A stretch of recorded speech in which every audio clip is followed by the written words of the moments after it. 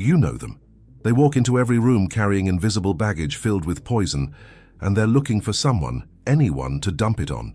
These are the bile spreaders, the professional victims who've turned their accumulated frustrations into a full-time career of contaminating everyone around them. Right now you're thinking about someone specific. That coworker who turns every conversation into a complaint session. That friend who can't talk about anyone without finding something wrong with them. That family member who sees evil in every human interaction and makes you their personal dumping ground for all their toxic observations. But here's what you haven't realized. You're not just witnessing this behavior. You're enabling it. Every time you nod along to their endless stream of negativity, every time you let them use you as their emotional toilet, every time you stay quiet while they poison the air around you, you become complicit in their idiocy. Because that's what this is. Weaponized idiocy. And the weapon only works because people like you keep providing the target. Today we're going to expose the bile spreaders, show you how they operate, and teach you something crucial. Idiocy doesn't have spectators, only accomplices. Let me tell you something you've never fully grasped. These people aren't just negative, they're addicted to negativity. And like any dealer, they need customers. You think you're being a good friend by listening. You think you're being supportive by letting them vent. You think you're being compassionate by absorbing their endless complaints about everyone and everything. But what you're really doing is feeding their addiction. Every nod of understanding you give them is a hit of validation. Every "wow, that's terrible" you offer is fuel for their next rant. Every moment of your attention you sacrifice to their bile is an investment in their dysfunction. And here's the sickest part. They don't even like you. You're just convenient. You're the person who doesn't fight back, the one who doesn't challenge their narrative, the one who lets them paint the entire world as evil without asking why they keep finding themselves surrounded by evil people. They tell you how disappointed they are in everyone else, but they never mention how disappointing they are to themselves. They catalogue everyone else's failures, but they never examine their own pattern of attracting exactly the kind of people they claim to hate. You've become their echo chamber, their validation machine, their personal therapist who works for free and never asks hard questions. And while you're busy being their dumping ground, your own mental health is rotting from the inside out. Here's the brutal truth. You're not a victim of their toxicity. You're a volunteer. Think about how many conversations you've had that started normal and ended with you feeling drained, angry, or hopeless about humanity. How many times you've walked away from someone feeling like the world is darker than when the conversation started. And what did you do? You came back for more. You tell yourself you're being a good person, that you're being there for them, that everyone needs someone to talk to. But that's not what's happening. What's happening is you're trading your peace of mind for their approval. You're sacrificing your mental clarity for their momentary relief. You're allowing them to use you as a human tissue to wipe their emotional mess on.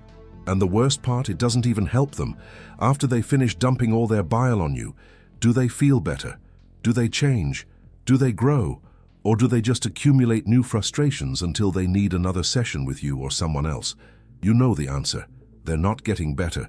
They're getting more efficient at spreading their poison, and you're helping them perfect their technique. Every time you listen without challenging, every time you sympathize without questioning, every time you absorb their negativity without reflecting it back, you become part of their problem. You've become an accomplice to their spiritual suicide, and in the process you're committing your own. Let's destroy the noble illusions you've built around your enablement. Illusion 1. I'm being a good listener. No, you're being a garbage disposal. Good listening involves challenging, questioning, and helping someone grow. You're just absorbing toxic waste. Illusion 2. Everyone needs someone to vent to. Venting without action is just rehearsing dysfunction. If someone needs to vent the same complaints repeatedly without ever changing anything, they don't need a listener. They need a therapist or a reality check. Illusion 3. I'm helping them feel better. Temporary emotional dumping isn't healing. It's just moving the poison around. You're not helping them feel better. You're helping them avoid feeling responsible. Illusion 4. They would do the same for me. Would they? When was the last time they asked how you're doing without immediately turning it back to their problems? When did they last listen to you without finding a way to make it about them? Illusion 5. I can handle it. Can you? How's your mental health lately? How optimistic do you feel about people? How much energy do you have left for your own goals after being everyone's emotional dumping ground? The truth is devastating. You're not helping anyone heal. You're helping toxicity spread. You're not being compassionate, you're being complicit. And every minute you spend absorbing someone else's bile is a minute stolen from your own potential to create something beautiful in this world. The solution is simple but requires backbone. Stop being a garbage disposal for other people's emotional waste. When someone starts their negativity parade, interrupt them. When they begin cataloging everyone else's failures, ask them what they're doing to improve their own situation. When they want to spread bile, refuse to be their container. Your new rules: no conversations that only go downward. No relationships where you're always the listener and never the heard. No energy spent on people who see evil in everything but themselves. Start saying, "That sounds frustrating. What are you going to do about it?" Instead of, "Oh no, tell me more." Start saying, "Have you considered your role in this pattern?" Instead of, "They're terrible people." Start saying, "I need to focus on positive conversations right now," instead of absorbing their endless complaints. If this already hit you, comment, "I was a garbage disposal down below. I read everything." Watch what happens. The bile spreaders will find new victims because you're no longer available. The people worth your time will appreciate your new boundaries because you'll have more energy for meaningful connections. And if you want this kind of reality check regularly, hit that subscribe button. This isn't motivation. This is detoxification. You want to clean up your mental environment. Stop letting other people dump their waste in it. Idiocy doesn't have spectators, only accomplices. Stop being one. But you won't do it, will you? You'll finish this video, feel that recognition, think, "Yes, I need to set boundaries," and then tomorrow when they start their bile parade, you'll sit there and take it like always. Because setting boundaries feels mean. And you were raised to be nice, right? You were taught that good people don't abandon others, that caring people always listen, that strong people can handle anything. But here's what they didn't teach you. There's a difference between compassion and enablement. There's a difference between being supportive and being complicit. Your resistance to this solution comes from a deeper fear. If you stop being everyone's emotional dumping ground, what value do you bring to relationships? You've built your identity around being the person who can handle everyone's problems. You've confused being needed with being loved. You've mistaken being used with being useful. The bile spreaders have trained you to believe that your worth comes from your ability to absorb their toxicity without complaint. They've convinced you that pushing back makes you selfish, that boundaries make you cold. But what if they're wrong? What if your real value lies not in how much poison you can absorb, but in how much light you can create? What if the people worth knowing don't want to dump bile on you? They want to build something beautiful with you? You're terrified to find out because it means losing relationships that are built on your dysfunction, not your strength. This isn't just about negative people. This is about the fundamental choice between contamination and creation. Every conversation is an exchange of energy. When you engage with bile spreaders, you're trading your creative potential for their destructive patterns. You're allowing their inability to see beauty to corrupt your ability to create it. Think about it. How many great ideas have you lost because your mind was occupied with someone else's complaints? How many opportunities have you missed because you were emotionally drained from being someone's dumping ground? How many times have you looked at the world through their poisoned lens instead of your own clear vision? The bile spreaders don't just want to vent their frustrations, they want to recruit you into their worldview. They want you to see what they see, a world full of disappointment, betrayal, and evil. And every time you nod along, every time you absorb their narrative without challenge, you become a little more like them. You become a little more cynical, a little more bitter, a little more convinced that humans are fundamentally disappointing. But here's what they don't want you to discover.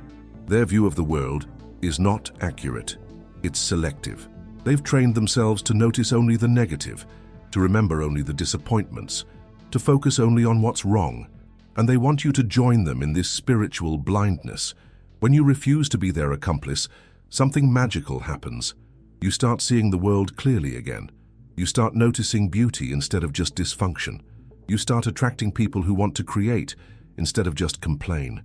You realize that the world contains exactly as much evil as you choose to focus on, and exactly as much good as you choose to create. The bile spreaders will always find new accomplices.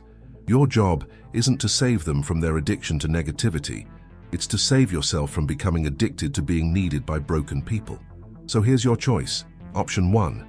You can keep being everyone's emotional garbage disposal.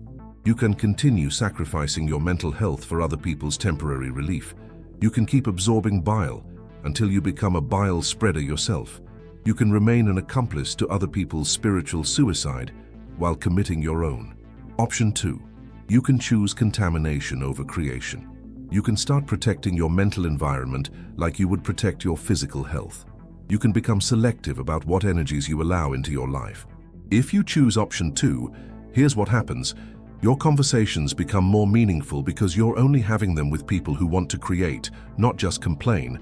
Your energy levels stabilize because you're not constantly draining yourself for others. Your worldview clears because you're not looking through other people's poisoned lenses. You start attracting people who inspire you instead of people who exhaust you. You become someone others want to be around because you bring light instead of absorbing darkness. But most importantly, you free up mental and emotional space to work on your own growth, your own projects, your own contribution to making the world better. But I know most of you will choose option 1, because option 2 requires something most people don't have, the courage to disappoint people who are addicted to using you. It requires accepting that some people will call you selfish for refusing to be their dumping ground. It requires understanding that bile spreaders will find new accomplices, and that's not your problem. It requires you to value your own mental health more than other people's comfort with their dysfunction. Now comment below, who have you been enabling, and how will you stop? Getting this far is already a sign, but actually changing your relationship patterns afterward, that's a different story. The world has enough bile spreaders. It needs more people committed to creating beauty instead of absorbing poison. Stop being an accomplice. Start being an example. The choice and the responsibility is entirely yours.